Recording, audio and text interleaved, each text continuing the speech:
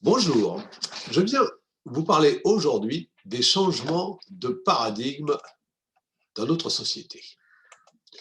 Alors, qu'est-ce qu'un changement de paradigme? D'abord, la définition, c'est un modèle théorique de pensée qui oriente la recherche et la réflexion scientifique.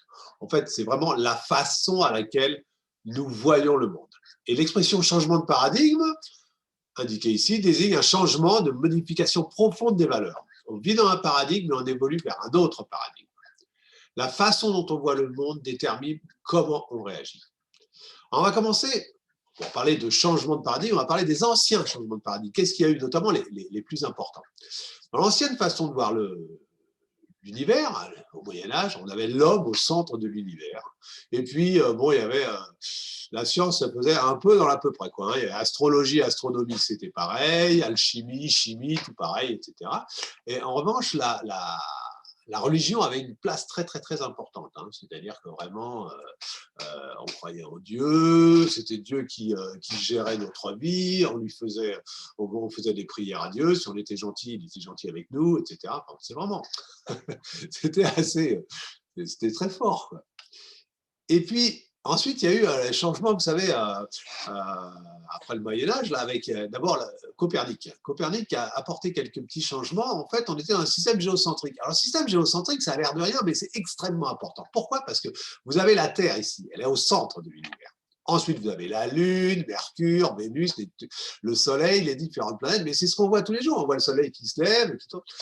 Et puis, la nuit, on voit les étoiles. Et les étoiles, elles tournent. Et pour pouvoir tourner les étoiles toutes en même temps, elles sont sur ce qu'on appelle une sphère des fixes, qui est représentée ici, là. Mais ce qui est intéressant, c'est qu'est-ce qu'il y a derrière la sphère des fixes? Bah, c'est Dieu. Donc, l'homme, il est non seulement au centre de l'univers, mais il est dans le ventre de Dieu. C'est tranquille. Et puis là-dessus, il y a Copernic qui arrive, ça c'était le système de Ptolémée, géocentrique. Copernic qui arrive et il dit ouais, non, non, mais il fait quelques tout petits changements. Il dit non, non, si on met le Soleil au centre, ça répond mieux par rapport aux observations. Et il change rien, lui. Sauf qu'il y en a d'autres qui disent attendez, si c'est la Terre qui tourne sur elle-même, qui donne ce mouvement apparent des étoiles, les étoiles, elles n'ont plus besoin d'être sur la sphère des fixes. Elles peuvent partir à l'infini. Ah, mais il n'y a plus de place pour Dieu, là. Ah, c'est ça qui fait dire à Pascal le silence éternel de ces espaces infinis m'effraie. Bah oui, forcément. Non seulement on n'est plus au centre de l'univers, mais on n'est plus dans le ventre de Dieu. C'est une des trois grandes frustrations de l'homme, hein, dont on parle un peu en psychologie. Hein. Mais bon, c'est pas le sujet. Alors, ensuite, il y a eu la révolution newtonienne.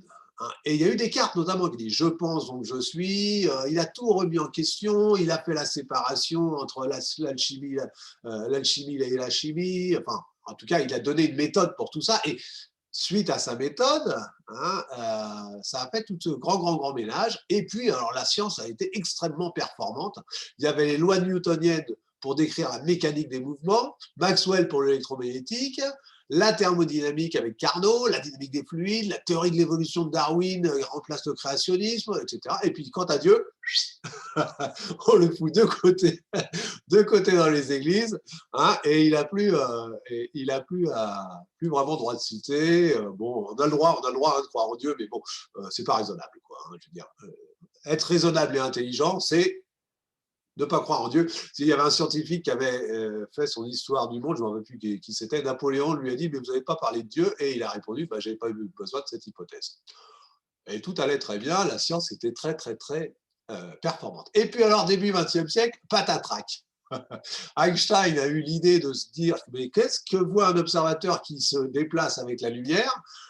Et pour répondre à la question, il a tout foutu par terre. Et alors, au lieu d'avoir l'univers figé tel qu'on le connaissait, ben, on a un espace-temps variable, courbé. Hein, les masses gravitationnelles, elles courbent l'espace-temps. Il y a un rapport masse-énergie. Bon, c'est vraiment des concepts complètement nouveaux, une vraie révolution.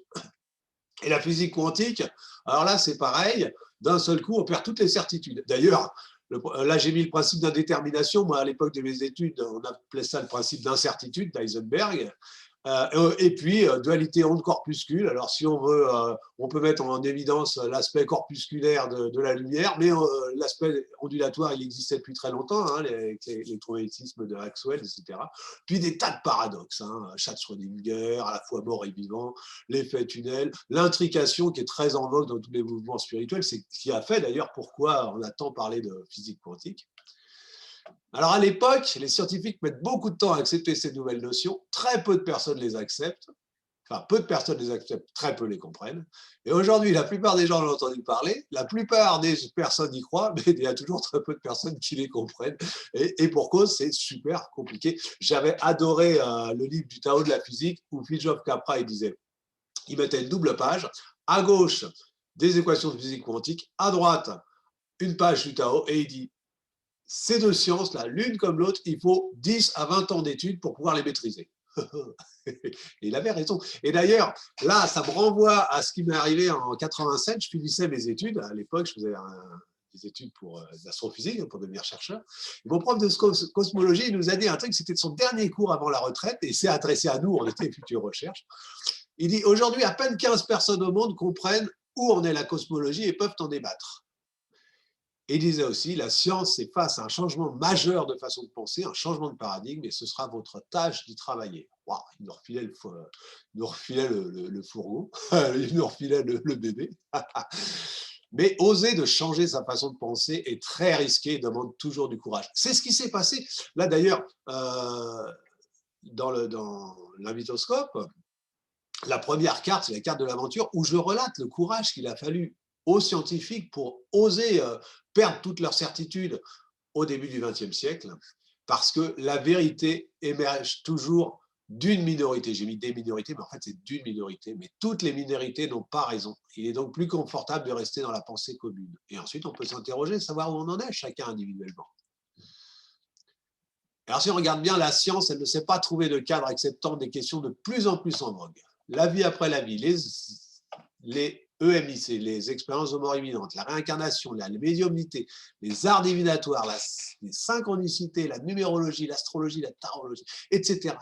Plein de sujets, mais il y a de plus en plus de gens qui les observent et qui y croient, quoi. Donc, je veux dire, et de toute façon, je veux dire, là, parlons des arts divinatoires, ça a tenu des milliers d'années. Le Viking, ça a des milliers d'années, quoi. Le tarot, c'est des siècles. Mais je veux dire, si ça avait été, s'il n'y avait rien eu, ça n'aurait pas tenu toutes ces années. Et souvent, si on évoque ces questions auprès d'un zététicien, il nous répond qu'il est cartésien, ce qui justifie à ses yeux qu'il n'y croit pas. Pauvre Descartes, ce qu'on lui met. Alors moi qui ai un pied dans chaque domaine, hein, puisque j'ai une formation scientifique, j'ai travaillé 20 ans comme ingénieur, mais j'ai également, j'accompagne les gens en Kundalini Yoga, et puis j'ai créé un jeu divinatoire finalement. On m'a souvent dit que, oui, tu comprends, je ne peux pas croire à ce à quoi tu crois parce que moi je suis cartésien. Mais moi, pour avoir fait ces études, à Bac plus 5 en maths physique, on est obligé d'être cartésien. Je veux dire, si je n'étais pas capable de comprendre les mathématiques, la physique, les équations de la physique, etc., je n'aurais pas pu faire ces études-là et obtenir mes diplômes. Donc l'idée, c'est ne nous comportons pas comme Lavoisier dans une météorite qui disait les pierres ne tombent pas du ciel. Parce qu'il ne savait pas expliquer quelque chose, il refusait de l'observer. Ce n'est pas parce qu'on ne comprend pas quelque chose qu'on ne doit pas l'observer. Et les changements de paradigme sont dans tous les domaines. Regardez, par exemple, alors des fois c'est très amusant, parce qu'on ne les voit pas venir, quoi. Je prends un exemple que j'aime beaucoup, c'est début du XXe siècle, les grandes villes allaient être submergées par le crottin de cheval, parce que les gens avaient de plus en plus les moyens, ils s'achetaient des carrioles tirées par des chevaux, et qu'est-ce qu'on allait faire de ce crottin de cheval? Et en fait, vous avez vu, la solution, elle est venue de la voiture automobile. Et d'un seul coup, plus de chevaux, plus de problème. À l'époque d'avant Newton, il fallait un ange pour pousser la Terre, pour pousser toutes les planètes, pour les faire avancer, parce que l'expérience quotidienne, tant qu'on ne connaissait pas le mouvement galiléen, là, l'expérience, c'était qu'il fallait pousser. Et donc, il y avait un ange pour pousser la planète. Mais où était-il? Donc, il y avait des chercheurs qui cherchaient où était l'ange qui poussait la Terre. Voilà, toutes ces questions ont disparu. Et dans d'autres domaines aussi, par exemple l'économie.